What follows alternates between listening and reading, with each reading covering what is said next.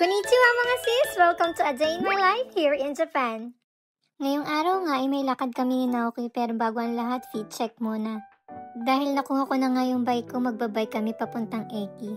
Malapit lang din naman pero mas gusto namin yung nakabike para mas mabilis. At dyan nga feel na feel ko yung pag-video sa akin ni Naoki. Pagdating nga namin, pinark lang din namin yung bike namin, malapit lang din to sa Eki. Ngayong araw nga ay birthday ng pamangkin niya kaya pupunta kami sa ate niya. Sakto nga pagdating namin, dumating naman din agad yung Densha, nakaupo din agad kami.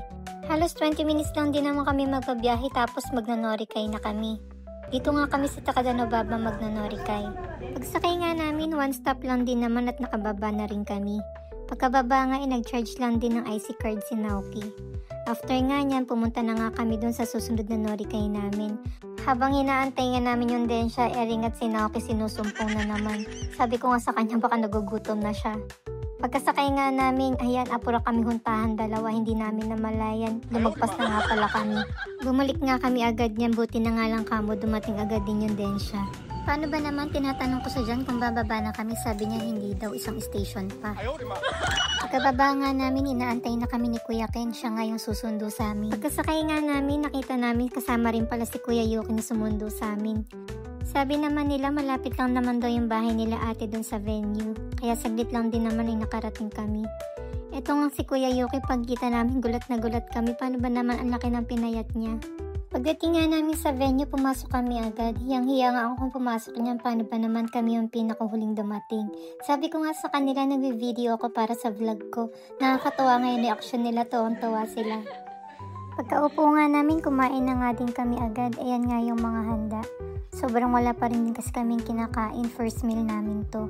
Maya-maya nga, lumapit na tong si Tatsuki, siya yung may birthday. Tingnan mo naman, dati ang lit-lit lang niya, ngayon naglalakad na siya.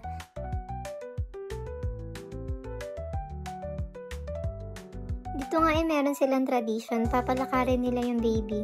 Tapos papipiliin nila sa mga nakahilerang card. Kung ano daw yung napiling card, yun daw yung magiging future ng baby.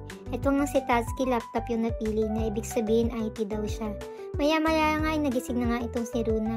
Pinagahay ko nga siya dyan kaso wala pa nga siya sa mood. Dito nga ay isa-isa na namin inabot kay Tatsuki yung mga regalo namin sa kanya.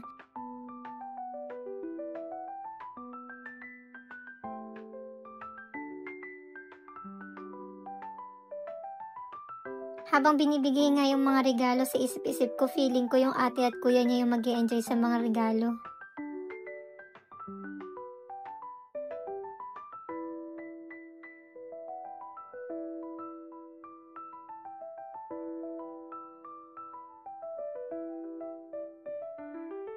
Sa mga oras nga na yan, halos patapos na rin naman yung celebration. Pagkatapos nga lumabas na nga din kami. Kinuha ko nga itong si Tatsuki, paano ba naman miss na miss ko siyang buhatin, dati baby lang siya. Dito nga ay nagpaalam na din sila kuya kay umuwi kasi sa Chiba pa sila uuwi niyan. May pasok din kinabukasan. Nagpaalam na nga din kami niyan. Tingnan mo naman tong may birthday, antok na antok eh. Sila kuya Taiki ngayong kasabay naming umuwi, isang way lang din naman kasi yung Densha namin. Fast forward nga at nagbabike na nga kami nito pauwi ng bahay. Buti na nga lang at pauwi na kami. Paano ba naman itong si Naoki, sinusumpong na naman. So, ayun lang naman yung mga kaganapan namin for today. Thank you so much for watching. See you sa next vlog!